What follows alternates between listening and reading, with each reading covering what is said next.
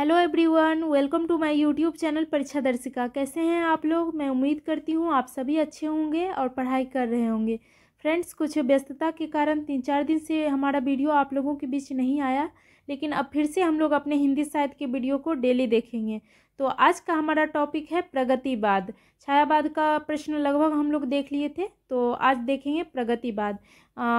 इसके प्रश्न देखने से पहले हम लोग जान लेते हैं प्रगतिवाद के विषय में। तो प्रगति का अर्थ क्या है फ्रेंड्स? इसका अर्थ है आगे बढ़ना। और वाद का अर्थ क्या है? इसका अर्थ है सिद्धांत। इस तरह से प्रगतिवाद का अर्थ क्या हुआ? आगे बढ़ने का सिद्धांत। और दोस्तों, अब हम लोग जानेंगे कि ये हिंदी साहित्य में कैसे आगे बढ़ा। तो पुराने सिद्धांतों से नया सिद्धांत की ओर बढ़ा। जो आदर्श था उसके जगह यथार्थ आया। पूंजीवाद से समाजवाद की ओर बढ़ा। परतंत्रता से स्वतंत्रता की ओर बढ़ा। इस तरह से फ्रेंड्स प्रगतिवाद इन सभी मान्यताओं की ओर बढ़ा। और प्रगतिवाद के उदय के विषय में एक चीज़ बताती हूँ। देखिए, हिंदी साहित्य में जिस प्रकार द्विवेदी युग की इतिवृत्तात्मकता जो विशेषता थी, द्विवेदी युग की उपदेशात्मकता के प्रति छायावाद का जन्म हुआ। इसी प्रकार छायावाद की प्रतिक्रिया में नई काव्यधारा का जो जन्म हुआ उसका नाम था प्रगतिवाद। और दोस्तों, इसे मार्क्सवादी साहित्य भी कहा जाता है। क्या कहा जाता है? मार्क्सवादी साहित्य के नाम से भी जाना जाता है प्रगतिवाद को। और इसमें मार्क्सवादी दर्शन है, इसलिए इसमें क्या, यहाँ प्रश्न भी है हमारा, प्रगतिवादी साहित्य में निहित है। तो क्या है? मार्क्सवादी दर्शन है, सामाजिक चेतना है फ्रेंड्स।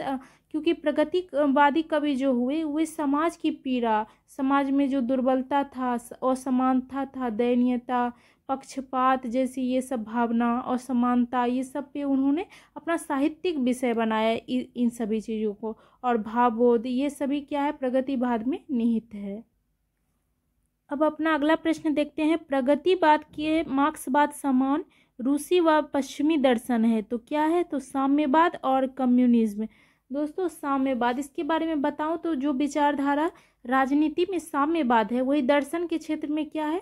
भौतिकवाद है। और साहित्य के क्षेत्र में देखें तो वही भाव क्या हुआ? प्रगतिवाद के नाम से जाना जाता है। इस तरह आगे देखिए, विश्व का पहला लेखक संगठन है जिसके समान प्रगतिशील लेखक संघ की स्थापना हुई। तो किसके समान? तो सोवियत लेखक संघ। फ्रेंड्स, इसे कहा यूनियन ऑफ राइटर्स भी कहा जाता है, यूनियन ऑफ राइटर्स, सोवियत लेखक संघ। और इसी के समान प्रगतिशील लेखक की स्थापना हुई। तो सोवियत लेखक संघ की स्थापना कब हुई? तो 1934 में इसकी स्थापना हुई। कम्युनिस्ट पार्टी के केंद्रीय समिति की पहल पर इसकी स्थापना हुई थी। और देखते हैं अपना अगला प्रश्न। भारतीय प्रगतिशील लेखक संघ का गठन कहाँ हुआ था? तो ये इंग्लैंड में हुआ था। और इसकी स्थापना भारतीय लेखकों और कुछ ब्रिटिश वैज्ञानिकों के द्वारा किया गया था। अगला प्रश्न है हमारा, भारत में प्रगतिशील लेखक संघ की स्थापना का प्रयास किया है इन्होंने। भारतीय में प्रगतिशील लेखक संघ का स्थापना का प्रयास किया है। तो मुल्कराज आनंद भी थे इसमें प्रगतिशील लेखक की स्थापना करने में। सज्जाद जहीर थे, हिरेन मुखर्जी, ज्योति घोष, इस तरह से ये सभी लेखक हुए जो प्रगतिशील लेखक संघ की स्थापना में का प्रयास किए। अपना अगला प्रश्न देखते हैं। भारत में प्रगतिशील लेखक संघ की शाखा कब खुली? तो कब खुली? 1936 में। और कहाँ? तो कोलकाता में। और इससे संबंधित एक प्रश्न पूछा जाता है कि प्रगतिशील लेखक संघ का प्रथम सम्मेलन कहाँ हुआ था? तो याद रखिएगा, कहाँ हुआ था? तो लखनऊ में। और इसकी अध्यक्षता किसने की? तो प्रेमचंद। आगे देखिए, भारत में कहाँ और किसने प्रथम अधिवेशन की अध्यक्षता की? तो प्रेमचंद, लखनऊ में। अभी ऊपर के प्रश्न में हम लोग देखे थे। प्रमुख प्रगतिवादी कवि में नहीं है।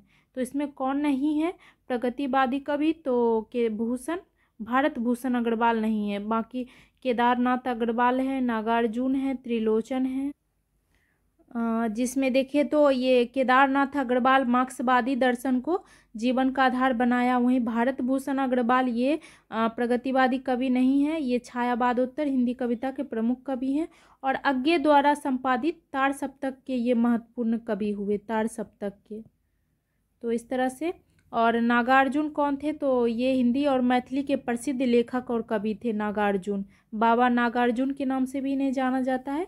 ये किस विचारधारा से ये प्रभावित थे, तो प्रगतिशील विचारधारा के ये साहित्यकार हैं। और दोस्तों त्रिलोचन को हिंदी साहित्य के प्रगतिशील काव्यधारा के प्रमुख कवि माना जाता है। त्रिलोचन आधुनिक हिंदी कविता के प्रगतिशील त्रयी के रूप में माने जाते हैं, 3 स्तंभों में से एक थे। और दोस्तों इस त्रयी में 2 स्तंभ और कौन कौन थे तो देख लेते हैं। तो कौन कौन थे तो वो नागार्जुन थे, एक नागार्जुन और एक केदारनाथ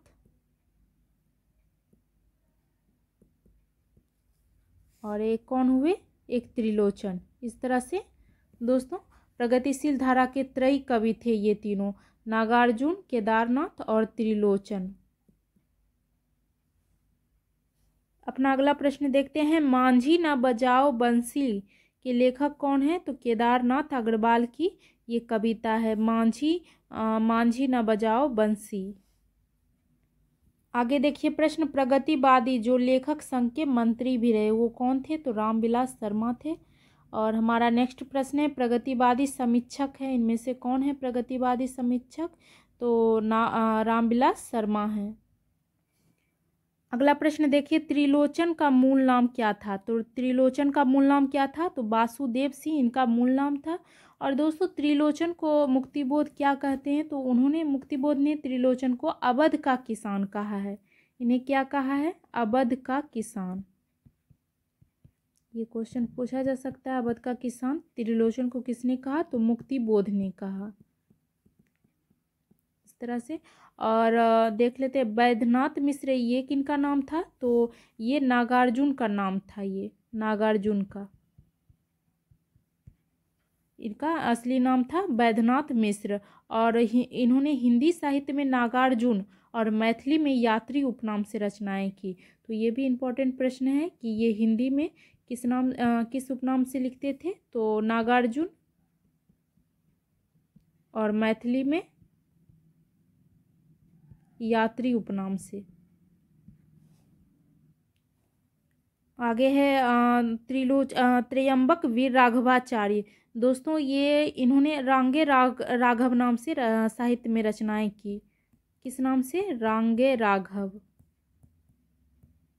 बालेंदु, तो बालेंदु शेखर तिवारी इनका पूरा नाम था, बालेंदु शेखर तिवारी। और ये हिंदी के व्यंग्यकार समीक्षक के रूप में ये जाने जाते हैं, बालेंदु। इस तरह से अगला प्रश्न देख लेते हैं। त्रिलोचन को अवध का किसान किसने कहा, तो अभी जस्ट ऊपर हम लोग चर्चा किए थे कि मुक्तिबोध ने त्रिलोचन को अवध का किसान कहा है। हमारा अगला प्रश्न है। बादल को घिरते देखा है कविता किनकी है, तो ये बाबा नागार्जुन की कविता है। और दोस्तों इनकी समस्त रचनाएं नागार्जुन ग्रंथावली में संकलित है।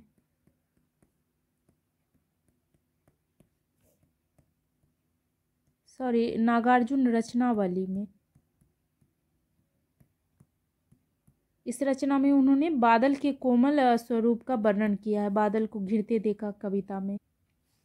अगला प्रश्न है हमारा। अजय खंडर के रचयिता हैं, तो इसके रचनाकार कौन है, रांगे राघव है।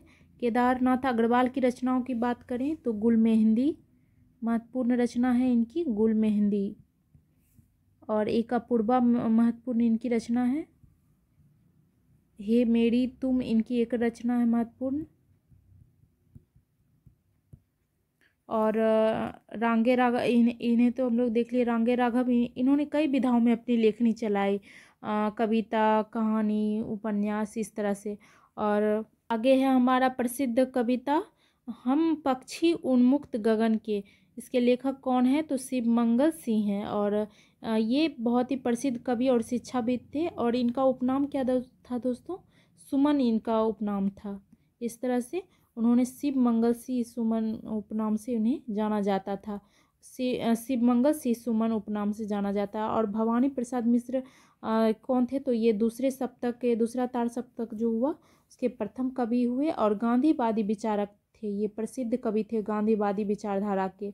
और इनकी महत्वपूर्ण रचनाओं की कुछ महत्वपूर्ण रचनाएं बात करें तो कौन है, तो गीत फरोश इनकी बहुत ही महत्वपूर्ण रचना है,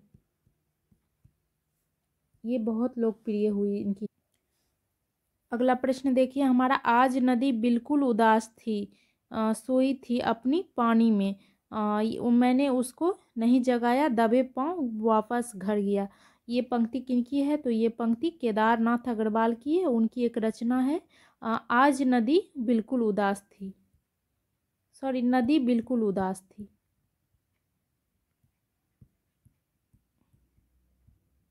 इसी रचना से ये पंक्ति लिया गया।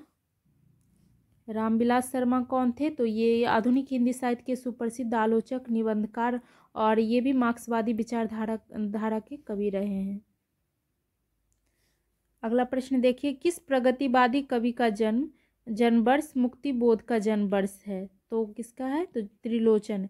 त्रिलोचन शास्त्री इनका पूरा नाम है। और इनका जन्म कब हुआ दोस्तों, तो इनका जन्म हुआ 1917 ईस्वी में उत्तर प्रदेश में।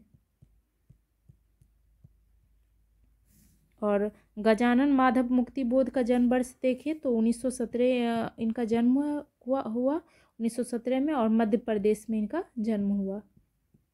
इस तरह से गजानन माधव मुक्तिबोध और त्रिलोचन शास्त्री का जन्म वर्ष एक है। आगे की देखते हैं हम लोग प्रश्न, रामधारी सिंह दिनकर ने किसके आगे खुद को डिप्टी राष्ट्र कवि माना, तो किसके आगे, मैथिली शरण गुप्त के आगे उन्होंने खुद को डिप्टी राष्ट्र कवि माना है। इस तरह से अगला प्रश्न है हमारा, मिट्टी की बारात किनकी कृति है, तो ये किसकी रचना है, तो ये त्रिलोचन शास्त्री की रचना है मिट्टी की बारात। तो फ्रेंड्स ये था हमारा आज का लास्ट प्रश्न, प्रगतिवादी आंदोलन से संबंधित बहुत ही महत्वपूर्ण एमसीक्यू था। वीडियो को पूरा देखिए, आपको लाभ मिलेगा। और इसी के साथ मिलते हैं नेक्स्ट वीडियो में, तब तक चैनल को लाइक, सब्सक्राइब और शेयर कर दीजिए। धन्यवाद।